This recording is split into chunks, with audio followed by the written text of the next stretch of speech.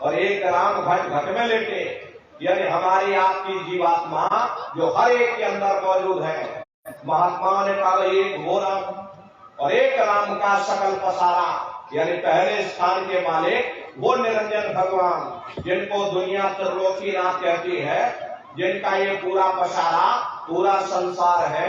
महात्माओं ने कहा भाई एक वो राम और एक राम है सबसे न्यारा, पांचवें स्थान के मालिक वो सतपुरुष भगवान जो हमारे आपके सच्चे पिता।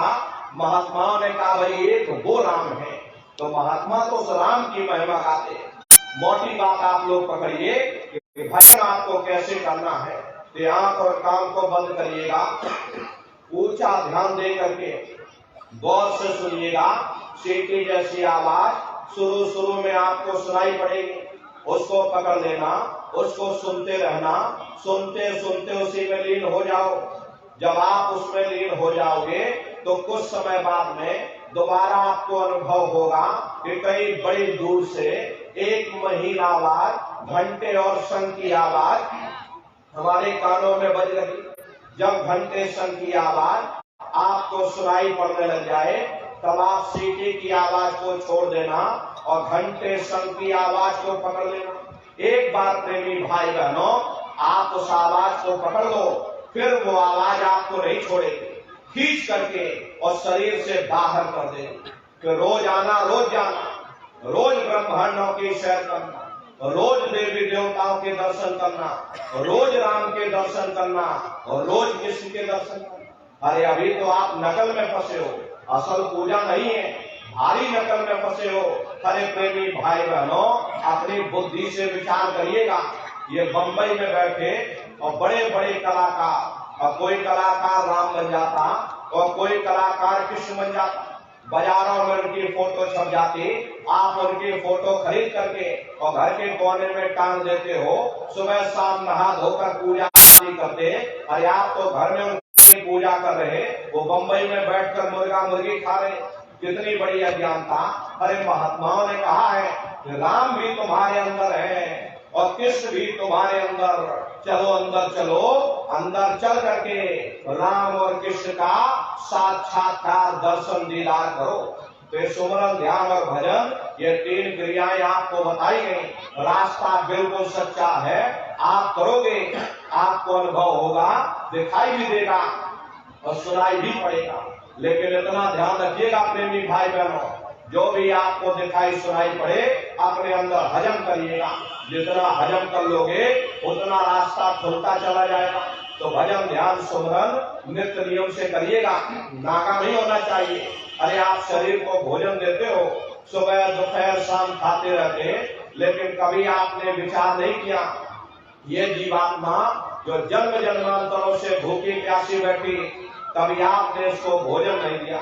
और इसका भोजन शब्द है, इसका भोजन नाम है। अपना ये नियम बनाइए कि पहले हम अपनी जीवात्मा को भोजन देंगे, फिर अपने शरीर को भोजन देंगे। अगर ये नियम आपका बन गया तो आपका लोक भी बन जाएगा और परलोक भी बन जाएगा। अरे प्रेमी भाई बहनों, मालिक को पाने के लिए तुम्हें घर बार छोड़ने की जरूरत नहीं है, तुम्हें बाल बच्चे छोड़ने की जरूरत नहीं है, तुम्हें समाज छोड़ने की जरूरत नहीं है, तुम्हें जात बिरादरी बदलने की जरूरत नहीं। अरे जात पात के रगड़े झगड़े ये हमारे अपने नहीं है, ये सिर्फ हमारे मन की खुराफात है। आप सभी लोग बुद्धिमान हो, अपनी अपनी बुद्धि से आप सभी लोग विचार करिएगा।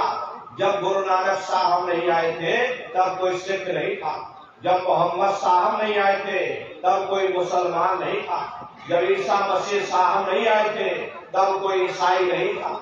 और पीछे लौटते चले जाओ तो केवल मनुष्य ही मनुष्य रह जाते हैं। ये रगड़े झगड़े किसने पैदा किए? ये हमने आपने पैदा किए। अरे कोई भी महात्मा यहाँ पर आकर के न कोई कौम बनाने आता है, न कोई महात्मा यहाँ पर मजहब चलाने आते हैं, न कोई महात्मा यहाँ पर पंथ चलाने आते हैं, और न ही आप हमारे हाथों में ये डंडे और तलवारें देने के लिए आते हैं। अरे आपको सच्चा मार्ग, सनातन मार्ग समझाने के लिए इस धरा भूमि पर शरीर रूप में अवतरित होते हैं। इसीलिए महात्मा कहते हैं वह जाति पाति पूछे नहीं कोई, और हरि का भजे सो हरि का होई। लोग यहाँ जात पात बनाते बनाते मर गए, लेकिन नर नारियों, जब तुम्हारी ये जीवात्मा इस मनुष्य रूपी चोले को छोड़ करके ऊपर धर्मराज की कचहरी में पहुंचेगी, वहां न तुमसे ये पूछा जाएगा कि तुम किस जाति के हो, तुम किस कौम के हो, तुम किस मजहब के हो, तुम हिंदू हो या मुसलमान हो, तुम हिंदुस्तान से आए हो या तुम पाकिस्तान से आए हो। अरे वहां तुम्हारे कर्म देखे जाएंगे, भक्ति भाव देखा जाएगा, मालिक से मिलने का प्रेम और प्यार देखा जाएगा। इसीलिए महात्मा कहते हैं, भाई मालिक को पाने के लिए तुम्हें जात बिरादरी बदलने की जरूरत नहीं है, तुम्हें समाज छोड़ने की जरूरत नहीं है, तुम्हें जंगलों पहाड़ों में भटकने की जरूरत नहीं है, तुम्हें बाल बच्चे छोड़ने की जरूरत नहीं है, तुम्हें साधु सन्यासी और बाबा बनने की जरूरत नहीं। अरे भाई तुम अपने अपने घर परिवार में रहो, अपने अपने बाल बच्चों के साथ रहो, मेहनत और ईमानदारी से काम करो और 24 घंटे में घंटा 2 घंटा अपनी जीवात्मा के कल्याण के लिए सुरत शब्द नाम की कमाई यानी कि सुमरन ध्यान और भजन करिएगा। अरे नर नारियों, यही दौलत तुम्हारे काम आएगी, बाकी सब यही पड़ा रह जाएगा। अरे बड़े बड़े राजे महाराजे आए, सारी जिंदगी उन्होंने ये किला बनाते बनाते गुजार दिया। आज उनके किलों को जाकर देखो, आज खंडहर बने पड़े हुए हैं। विश्व विजेता सिकंदर सारी दुनिया पर राज करने का ख्वाब देखता था, वो भी मुट्ठी खोल करके चला गया। कोई क्या साथ लेकर जाएगा? जो चीज तुम्हारे साथ में जाने वाली वो केवल मालिक की भक्ति है। इसलिए प्रेमी भाई बहनों, वो दौलत कमा लो जो अंत समय में तुम्हारे काम आवे, वरना ये समय तुम्हारा निकलता चला जा रहा। ये श्वासों की पूंजी दिन प्रतिदिन कम होती चली जा रही। हम लोग कहते हैं कि हमारी उम्र बढ़ रही, अरे आपकी उम्र बढ़ नहीं रही, आपकी उम्र दिन प्रतिदिन घटती चली जा रही। ये चंद श्वासों की पूंजी जो गिन करके आपको मिली हुई, ये दिन प्रतिदिन कम होती चली जा रही। एक समय ऐसा आएगा, ये बुलबुला तुम्हारा फूट जाएगा, न जाने तुमको दोबारा मनुष्य शरीर मिले न मिले। अरे तुम भटकते रह जाओगे नरकों और चौरासियों में। इसलिए प्रेमी भाई बहनों, अहो भाग्य है आपका, आपको ये मनुष्य शरीर मिल गया। इस मनुष्य रूपी मंदिर में बैठ करके वो आत्मधन कमा लो, वो रूहानी खजाना कमा लो, जिससे तुम्हारी जीवात्मा का कल्याण हो जावे। तो सुमरन ध्यान और भजन नित्य नियम से आप लोग करिएगा और सभी लोग शाकाहारी रहना, क्योंकि हमारे गुरु महाराज ने शाकाहार पर विशेष जोर दिया। गुरु महाराज हमारे कहते थे, ऐ बच्चे बच्चियों, तुम शाकाहारी रहना, शाकाहार का प्रचार करते रहना, इसी से देश और दुनिया में भारी परिवर्तन होगा। हरे नर नारियों, परिवर्तन कोई कानून बनाने से नहीं होता, परिवर्तन कोई आंदोलन करने से नहीं होता, परिवर्तन कोई तोड़ फोड़ करने से नहीं होता। परिवर्तन तब होता है जब लोगों के विचार बदलते हैं, लोगों की भावनाएं बदलती हैं। और विचार जब बदलेंगे जब लोगों का खान पान शुद्ध होगा। अरे देशी कहावत है, जैसा खाए अन्न वैसा होए मन। जब इंसान पशुवृत्ति भोजन करेगा, उसकी बुद्धि स्वतः ही पशुओं जैसी हो जाएगी, सोच विचार उसका चिंतन स्वतः ही पशुओं जैसा हो जाएगा। फिर जिस शराब के नशे में माँ बहन बेटी की पहचान खत्म हो जाए, उस शराब को पी करके यह कैसे पता चलेगा कि क्या अच्छा और क्या बुरा है। यही कारण है कि आज हर समाज में ये दुनिया भर के अत्याचार और दुनिया भर के व्यभिचार फैले हुए।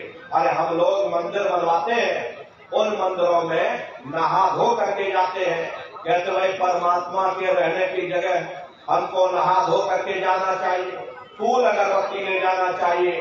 कोई उन मंदिरों में कूड़ा कचरा नहीं डालता।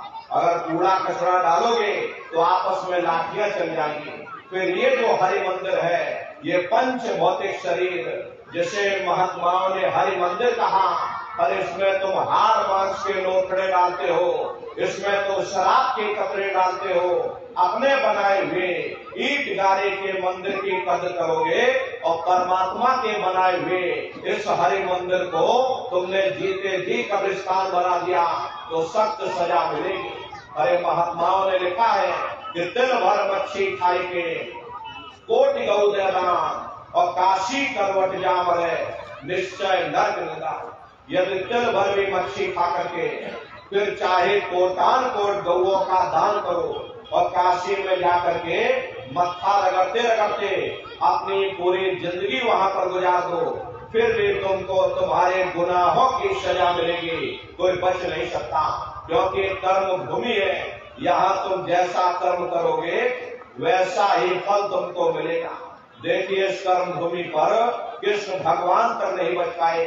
उस समय बाली को छिप करके बाण मारा, वही बाली कृष्ण अवतार में बहेलिया बन करके आ गया। कृष्ण भगवान के पैरों में पद्म चमकता था, हिरण की आंख समझ करके बहेलिये ने निशाना मार दिया। जब पास में आकर के देखा कृष्ण भगवान अफसोस करने लगे, लेकिन कृष्ण भगवान ने उसको समझाया कि इसमें तुम्हारा कोई दोष नहीं, उस समय हमने तुमको मारा, आज तुमने हमको मार दिया, हमारा तुम्हारा बदला पूरा हो गया। कर्म प्रधान विश्व रच राखा, जो जस करे सो तस फल चाखा। ये कर्मों का ऐसा देश है, यहाँ तुम जैसे बीज बोगे वैसे ही फसल काटोगे। इसलिए प्रेमी भाई बहनों, आप सभी लोग शाकाहारी रहिएगा। शाकाहार का प्रचार अपने अपने क्षेत्रों में बराबर आप लोग करते रहना। अरे धर्म का प्रचार है। अरे प्रेमी भाई बहनों, सतयुग कैसे आएगा, राम राज कैसे आएगा? राम राज कोई भाषण देने से नहीं आने वाला। राम राज जब आएगा जब आप धर्म का प्रचार करोगे, और धर्म का प्रचार करने की जिम्मेदारी हम सभी प्रेमी भाई बहनों की है। क्योंकि हम सभी लोग अपने गुरु के जलाए हुए चिराग हैं। अगर एक एक चिराग एक एक गांव में पहुंच जाएगा, ये पूरा गांव प्रकाशवान हो जाएगा, ये पूरा समाज प्रकाशवान हो जाएगा। इसलिए प्रेमी भाई बहनों, गुरु महाराज के स्वप्न को साकार करने की जिम्मेदारी हम सभी प्रेमी भाई बहनों की है। गुरु महाराज कह करके गए, बच्चा गांव गांव में तुम भजन केंद्र की स्थापना करो, गांव गांव में सत्संग होने लग जाए, गांव गांव के लोग भजन करने लग जाए, गांव गांव के लोग शाकाहारी हो जाए, गांव गांव के लोग सदाचारी बन जाए, आंखों में माँ बहन बेटी की पहचान कायम हो जाए। जब हमारा गांव बदल जाएगा, ये पूरा समाज बदल जाएगा, निश्चय ही कलयुग में सतयुग आ जाएगा, फिर से राम राज आ जाएगा। इसलिए प्रेमी भाई बहनों, आप सभी लोग धर्म के प्रचार प्रसार में अपना अपना योगदान दीजिएगा। और प्रेमी भाई बहनों, सभी लोग शाकाहारी रहिएगा, शाकाहार का प्रचार करते रहना। देखिए हमारे गुरु महाराज ने अपने गुरु की याद में मथुरा आश्रम पर इतना विशाल मंदिर बनवाया।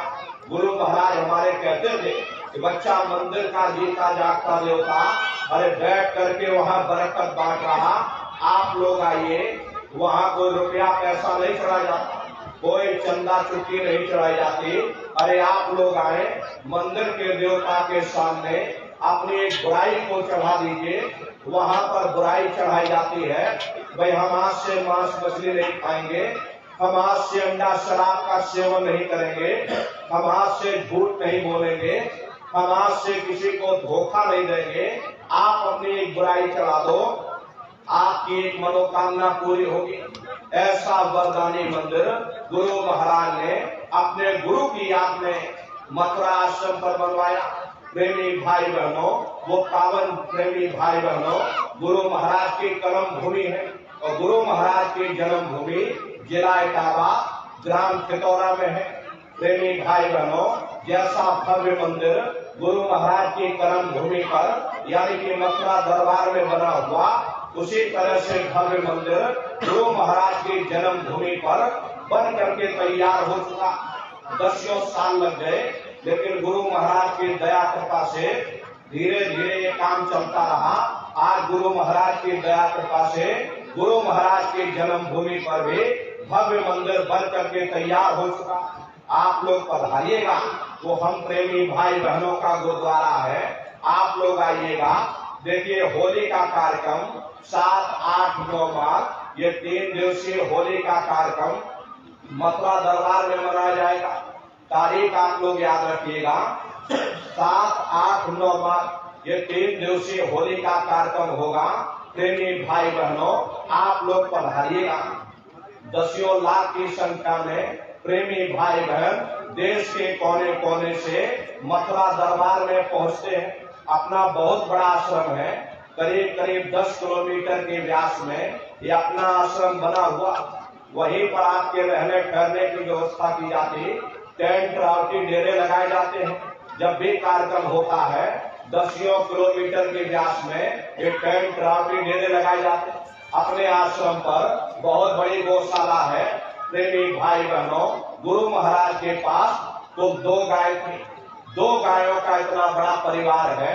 धीरे धीरे बढ़ते बढ़ते आज के समय में करीब करीब 3000 गायें और 3000 से ऊपर सांड है। किसी को बाहर नहीं भेजा जाता, क्योंकि गुरु महाराज कह करके गए थे कि बच्चा इनको यही रखना, यही सेवा पानी करना। अगर बाहर भेज दोगे लोग मार देंगे, काट देंगे। इसीलिए चाहे गाय हो या चाहे बैल हो, किसी को बाहर नहीं भेजते। गौशाला अलग बना रखी, नंदीशाला अलग बना रखी। प्रेमी भाई बहनों, आप लोग पधारिएगा, अपनी आंखों से गौशाला का भी दर्शन दीदार करिएगा। उसी के बगल में अपना बहुत बड़ा अस्पताल है, वही बगल में अपना एक बहुत बड़ा विद्यालय भी है, जिसमें करीब 2,500 से 3,000 बच्चे निःशुल्क विद्या अर्जन करते हैं। प्रेमी भाई बहनों, तो आप लोग पधारिएगा, अपने दरबार को अपनी आंखों से देखिएगा, दर्शन दीदार लाभ प्राप्त करिएगा। ये होली का कार्यक्रम 7, 8, 9 मार्च है। 3 दिवसीय होली के कार्यक्रम में आप सभी प्रेमी भाई बहन पधारिएगा। अपने अपने बच्चों को भी साथ में लेकर के आइए। प्रेमी भाई बहनों, ये हम लोगों की गलत धारणा है कि हम लोग अकेले अकेले आ जाते और बताओ बच्चों को नहीं लाते हो। अरे क्या जरूरत बच्चों को लाने ले जाने की, इन बच्चों को पढ़ाई लिखाई करने दो। अब इनकी पढ़ाई लिखाई की उम्र है। ये सत्संग सुनना, ये भजन पूजा पाठ करना, ये हम लोगों का काम है।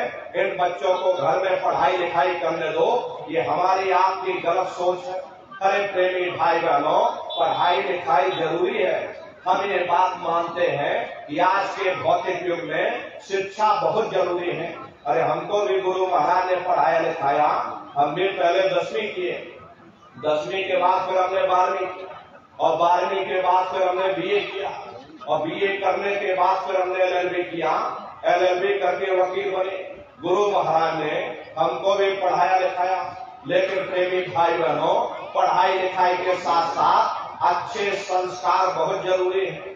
और संस्कार कोई MA BA की डिग्री करने से नहीं पढ़ते, संस्कार कोई डिप्लोमा करने से नहीं पढ़ते। अगर MA BA की डिग्री करने से बच्चों के अंदर संस्कार पड़ जाते तो हिंदुस्तान में इतने वृद्धाश्रम न खोले गए होते। अरे संस्कार पढ़ेंगे महात्माओं के वचनों से, संस्कार पढ़ेंगे सत्संग के माध्यम से। ये बच्चे देश के भविष्य है।